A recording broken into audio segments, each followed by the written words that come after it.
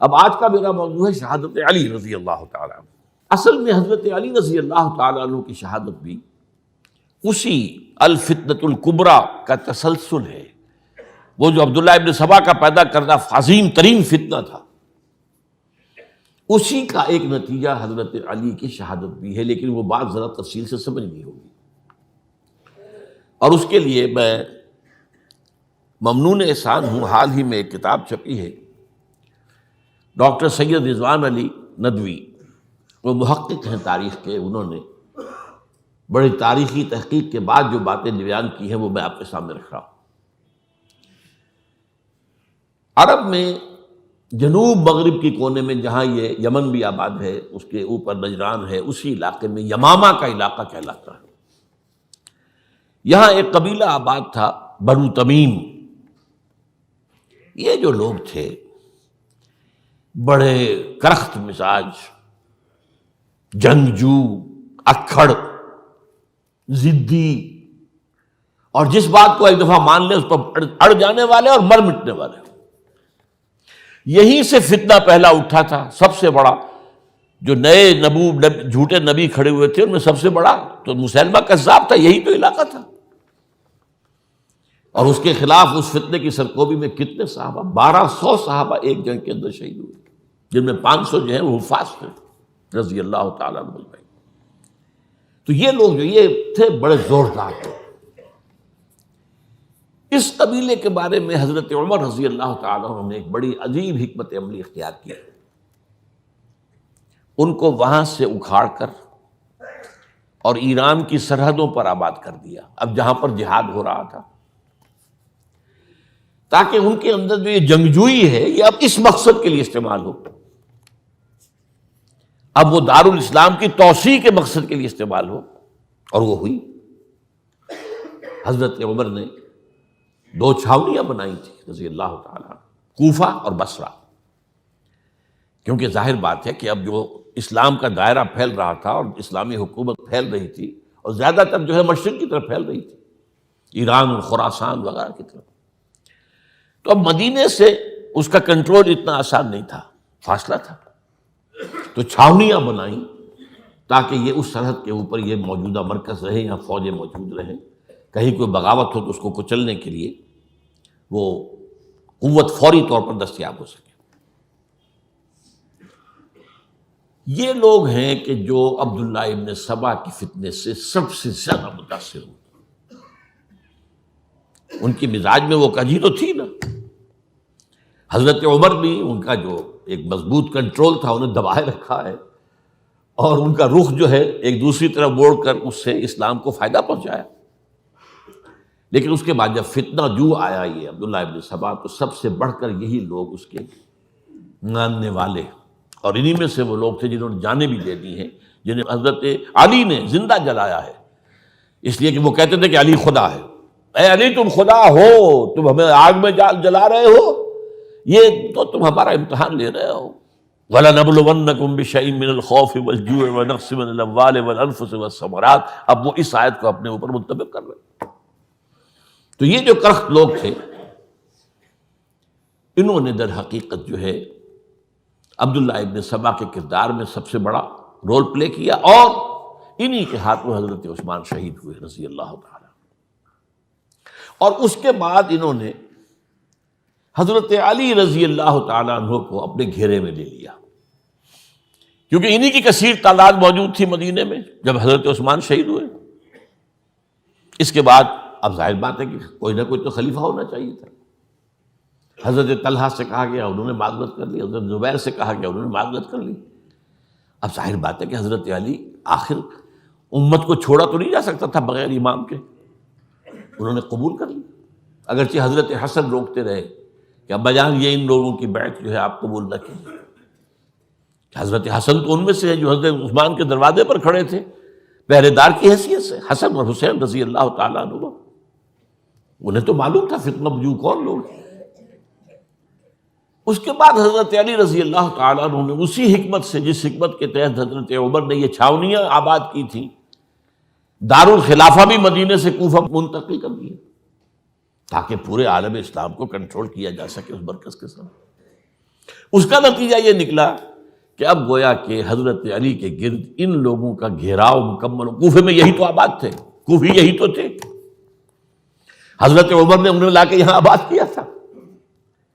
جب حضرت علی نے کوفے کو اپنا دارالخلافہ قرار دیا تو گویا کہ ان کا پھر عمل دخل بہت بڑھ گیا. ایک طریقے سے یوں کہا جا سکتا ہے کہ انہوں نے اب حضرت علی رضی اللہ تعالیٰ عنہ کو اپنے محاصرے میں لے لیا. چنانچہ جنگ جمل کے موقع پر یہ ہوا ہے کہ صلح ہو گئی تھی.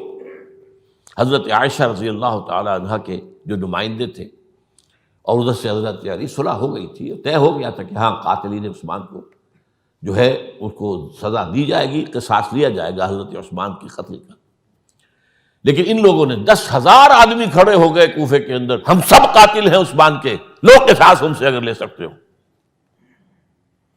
جس کے نتیجے میں اور انہوں نے جنگ شروع کر دی. اور جب جنگ شروع ہو جائے تو پھر اس کے بعد تو کوئی نہیں دیکھ سکتا کیوں شروع ہوئی، کیسے شروع ہوئی، کس نے شروع کی. اب تو یا مارو یا مرو، دو ہی باتیں ہوتی. 10,000 مسلمان ایک رات میں شہید ہوئے جنگ جمل میں. اب اس کے بعد حضرت علی رضی اللہ تعالیٰ عنہ کی خلافت جو ہے حضرت امیر معاویہ نے ماننے سے انکار کر دیا. جب تک قاتلین عثمان کو سزا نہیں دیتے ہم بیعت نہیں کریں گے. یہ نہیں کہ دعویٰ کیا ہو کہ میں خلافت کا حقدار ہوں، یہ نہیں، لیکن یہ کہ آپ کو ان کو سزا دینی چاہیے. اب یہ تھا وہ مخمصہ جس میں حضرت علی رضی اللہ تعالیٰ عنہ وہ فرماتے تھے کہ میرا ساتھ دو تو میں ان قاتلین عثمان سے سزا جو ہے ان کو سزا دے سکتا. ادھر انہیں پتا تھا کہ میں سرنڈر کرتا ہوں تو مجھے علی تک تو پہنچنے کوئی نہیں دے گا، راستے میں ختم کر دیں گے رضی اللہ تعالیٰ عنہ. تو یہ پیچ تھا ایک جو ایسا پڑا ہے. اب اس میں جب حضرت معاویہ اور حضرت علی کے مابین فیصلہ کن جنگ ہوئی، جنگ صفین جسے کہتے ہیں، جس میں 70,000 مسلمان ایک دوسرے کی تلواروں، تیروں، نیزوں سے قتل ہوئے. اس موقع پر حضرت معاویہ کی طرف سے ایک آفر آئی. قرآن مجید کو نیزے پر اٹھا کر لوگوں نے کہا کہ یہ خونریزی بند کر دو، ہم قرآن کا فیصلہ ماننے کو تیار. حضرت علی دیکھ رہے تھے کہ یہ اصل میں میری فتح کو شکست سے بدلنے کا پروگرام ہے. تقریباً فتح میری ہو چکی ہے، لیکن یہ جو طبقہ تھا یہ انہوں نے کہا نہیں، بڑی ٹھیک بات کہہ رہے ہیں، وہ مانیے ان کی بات، جنگ بند کی. انہوں نے ہی یہی لوگ تھے جنہوں نے مجبور کیا حضرت علی کو کہ وہ تحکیم پر رضامند ہو جائے. اس کے بعد تحکیم میں جو معاملہ ہوا، حضرت علی حضرت عبداللہ ابن عباس کو اپنی طرف سے حکم بنانا چاہتے تھے. یہ اڑ گئے نہیں. یہ اڑ جانے والے لوگ، اور یہی اصل قوت تھے. وہاں ساری طاقت تو انہیں کی تھی. تو انہوں نے ابو موسیٰ اشعری کو اپنی طرف سے مقررہ، وہ بہت نرم خو آدمی تھے، انہیں بنا. بہرحال جو بھی بات طے ہوئی، اب تاریخ کی روایتوں میں اختلاف ہو سکتا ہے. کہا یہ جاتا ہے کہ طے تو یہ ہوا تھا حکمین کے مابین، ادھر سے ابو موسیٰ اشعری، ادھر سے عمرو بن العاص رضی اللہ تعالی عنہما، کہ آپ اپنے جو کلائنٹ ہیں حضرت علی، آپ انہیں معزول کر دیجئے، میں معاویہ کو معزول کر دیتا ہوں. پھر جو ہے مسلمان فیصلہ کر لیں کسی اور کی عبادت. انہوں نے کھڑے ہو کے کہہ دیا میں علی کو معزول کرتا ہوں، اور عمرو بن العاص نے کہا کہ میں معاویہ کو قائم کرتا ہوں. اب یہ ہے روایت، واللہ عالم اس میں کتنا سچ ہے کتنا جھوٹ ہے. میں کوئی مورخ نہیں ہوں، میں کوئی تاریخ کا محقق نہیں. اس کے بعد جو ہے اب یہ لوگ انہوں نے کہا کہ مانیے تحکیم کو، اور جب انہوں نے حضرت علی نے اس تحکیم کے فیصلے کو ماننے سے انکار کیا تو باغی ہو گئے. حضرت علی کو کافر قرار دیا، اور جا کر ایک جگہ پر حرورہ ایک جگہ تھی، وہاں پر جا کے جمع ہو گئے، جتھا بندی کی، بہت بڑی طاقت پر وہاں کر. انہوں نے طے کیا کہ علی بھی کافر ہو گیا، معاویہ بھی کافر ہو گیا، عمرو بن العاص بھی کافر ہو گئے، سب کافر. حضرت علی کی طرف سے ایک گئے سفیر ان سے بات کرنے کے لیے، تو انہوں نے کہا تم ہی نے تو کہا تھا کہ تحکیم کو تسلیم کرو، کہ ہاں ہم نے گناہ کیا تھا، کفر کیا تھا، ہم توبہ کی ہم نے.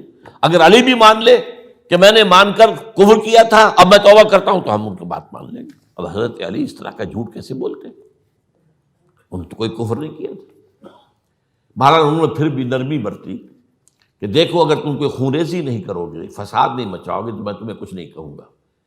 لیکن وہ اپنی ان شرارتوں سے بعد نہیں آئے. تو پھر تیسری جو بڑی جنگ ہوئی ہے ان جنگوں میں، جنگ نہروان کہلاتی ہے، حضرت علی کی جنگ خوارج کے ساتھ، جس میں 4000 خارجی جو ہے وہ قتل ہوئے.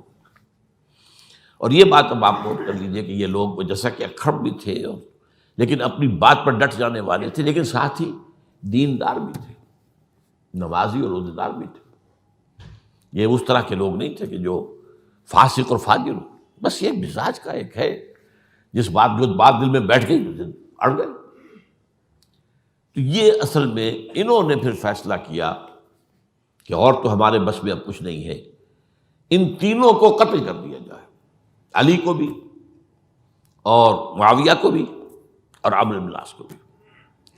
تو ایک جگہ ان کی سازش ہوئی، 3 آدمی معین ہو گئے، ایک ہی وقت کا طے فیصلہ ہو گیا، فلاں تاریخ کو فجر کے وقت تم جاؤ، وہ تم کوفے کی جامع مسجد میں، جب علی نماز جماعت کرا رہے ہو خنجر مارو انہیں.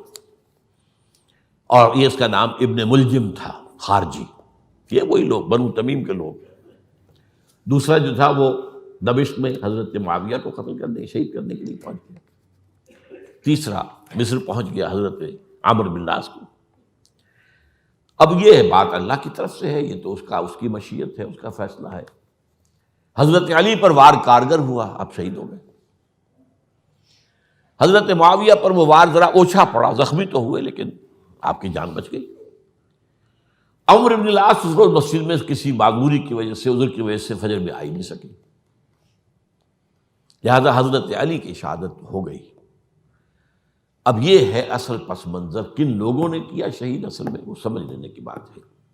یہ خوارج نے شہید کیا، لیکن خوارج کا فتنہ سبائی فتنے ہی کا آف شوٹ ہے، اسی کے ذیل میں ہے، اسی کی ایک شاخ ہے، اسی کا ایک نتیجہ ہے.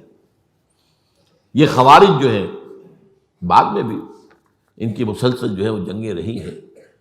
بہرحال اس صورتحال کو یہ سمجھ لیجئے کہ یہ خلفائے ثلاثہ رضی اللہ تعالی عنہ، حضرت عمر شہید، عثمان شہید، علی شہید. عجیب بات ہے کہ تینوں کا نام عین سے شروع ہوتا ہے، عمر عین سے، عثمان عین سے، علی عین سے. تینوں شہید ہوئے ہیں. لیکن یہ کہ یہ ہے تاریخی پس منظر.